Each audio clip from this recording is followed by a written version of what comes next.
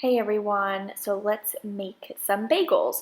So it has taken me a while to finally get this perfected recipe. At least I think it's exactly how I want it. The bagels taste how I want them. They're dense but not too dense, and I like the flavor, and they're finally have the holes.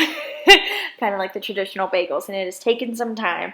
There's been lots of different recipes out there that I kind of tried, and I kind of like morphed them together along with, so Ari's dad was a baker and kind of got some of his tips and tricks, and I kind of came up with this bagel recipe and method that seems to work now every single time. So first you're going to want to weigh out 400 grams of flour, and then you're going to weigh out between 7 and 8 grams of salt. And then in that container I just dump in the syrup too, so then you're going to add 15 grams of maple syrup, and then you're going to weigh out 250 grams of water, and then you're going to heat that up. So I heat that up in the microwave for about 30 seconds. Just make sure it's not too hot. You want it warm but not hot, because otherwise you'll kill your starter.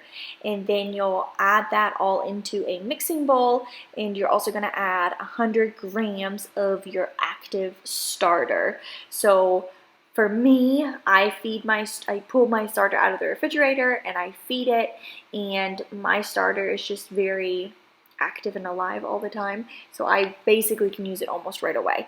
But you'll have to figure out, when you can use it. But for me, I need to use it within the hour of me feeding it.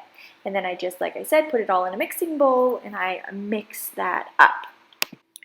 So I use a dough hook to kind of knead and mix everything together, and then as you can see here, the dough's still sticking to the bottom, and that's telling me that it's still a little too wet or moist, and so I need to add more flour. And you want to slowly add flour because you don't want it ending up dry, so you just add tiny bits of flour until it like completely peels off from the sides and there's no more stickiness. I don't know if you can see, but now there's none of that stickiness on the bottom. It's all picked up, and that's where you want to get. So you just keep adding until you get to that point. You want to make sure you add slowly so that it doesn't get too dry. But see how now there's nothing sticking to the bottom. Just covered the bagel dough with a wet or damp towel. I'm going to let it be here for about, what time is it? So it's 10:47. So I'm gonna leave it here till about dinner time, and then I'm gonna wrap it with some foil and then put it in with some plastic wrap and put it into the refrigerator. So this has been about 7 hours, and then I just put a plastic wrap over it with a rubber band just because I don't know, I feel like mine doesn't stick that well. And then I'm going to pop this in the refrigerator overnight. Hold the dough out of the fridge, and then I kind of have my little prep here. So the dough, the scale so that I can weigh them out. This is just because Ari wants all the bagels to be roughly the same size, and I'm not great at eyeballing. So I weigh them all out, and then I have the a lined baking sheet. And over here I have a big pot of water, and I'm have it on to get it to start boiling so that once I shape my bagels, I can drop them in and boil them. Okay, so here I am just literally weighing everything out so that I get approximately the same size bagels.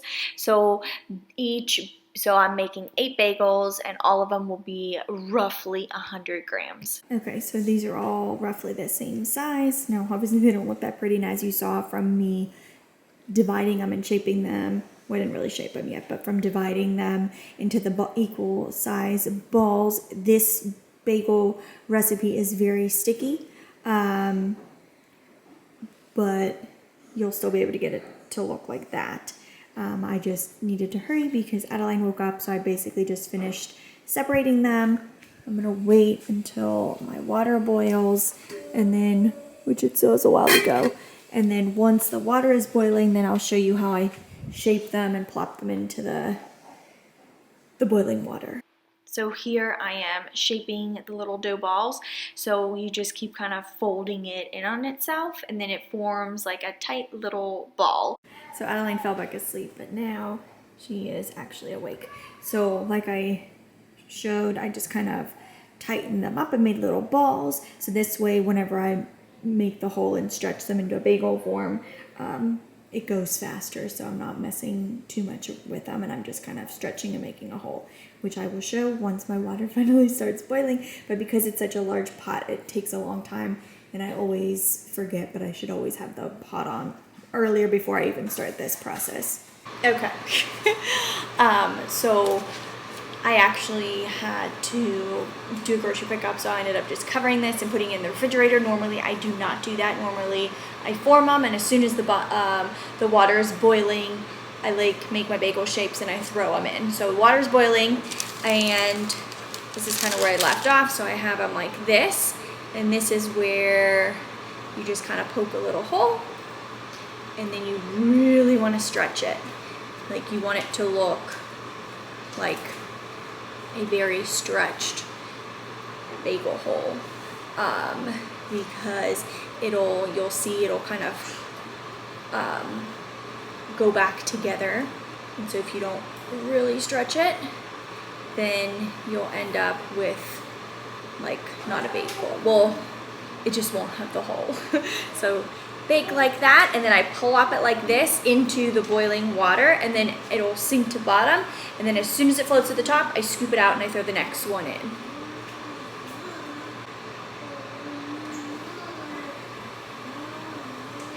So while that's in there, I prep the next one, so it doesn't take too long, but since I already have them shaped and all I'm really doing is stretching the hole. Now sometimes they will a little bit stick on the bottom, so with like a little spoon just kind of like loosen them, and then they'll float to the top. But usually they'll just float to the top on their own, and then I just scoop them up and put them onto a baking sheet.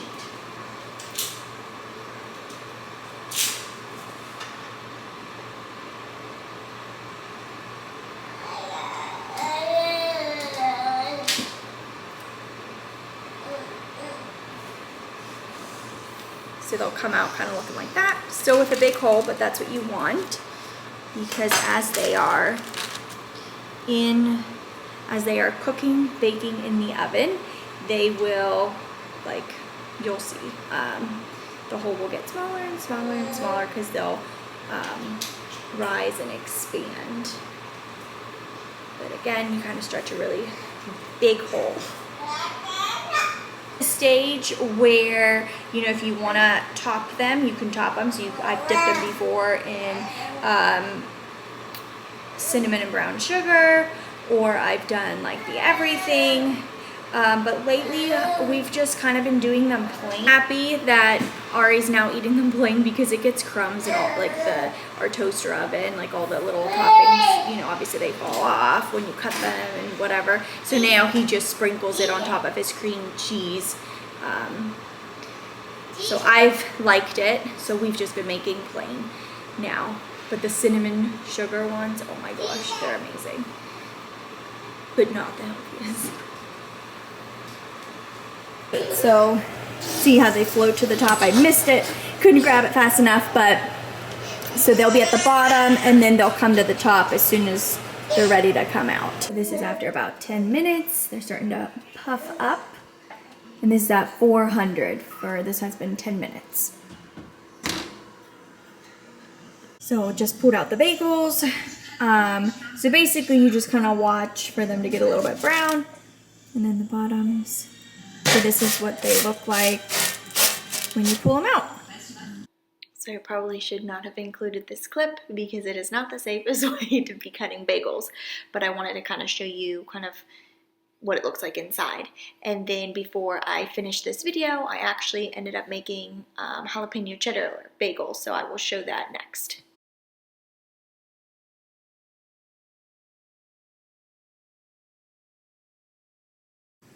And so here I'm prepping little jalapeno cheddar ones. So everything's the same. I just added in some jalapenos, chopped up jalapenos, and some cheddar cheese. And then I already have some jalapenos sliced that I'll top on top, and then I'm gonna get the cheese out whenever it's ready. But I'm waiting for the water to boil, and then I'm gonna do the same method and plop them in. So I just finished boiling them, and I'm gonna put them in the toaster oven today. So timing is always a little bit different in different ovens, so the toaster oven cooks everything a little bit faster. But I'm excited. So about halfway done, so at 10 minutes, I pulled them out and I added the cheddar cheese and the jalapenos. And next time I will wait a little bit longer and probably not top them until the 15-minute mark, just because I felt like the cheese was getting a little bit browner than I would have liked. So here they are, and they smelled absolutely delicious. And they tasted really good too, but I prefer more like the sweets, so like the cinnamon sugar ones. I think next I'll make some raisin ones or some chocolate chip ones, or just, you know, the plain or with the everything.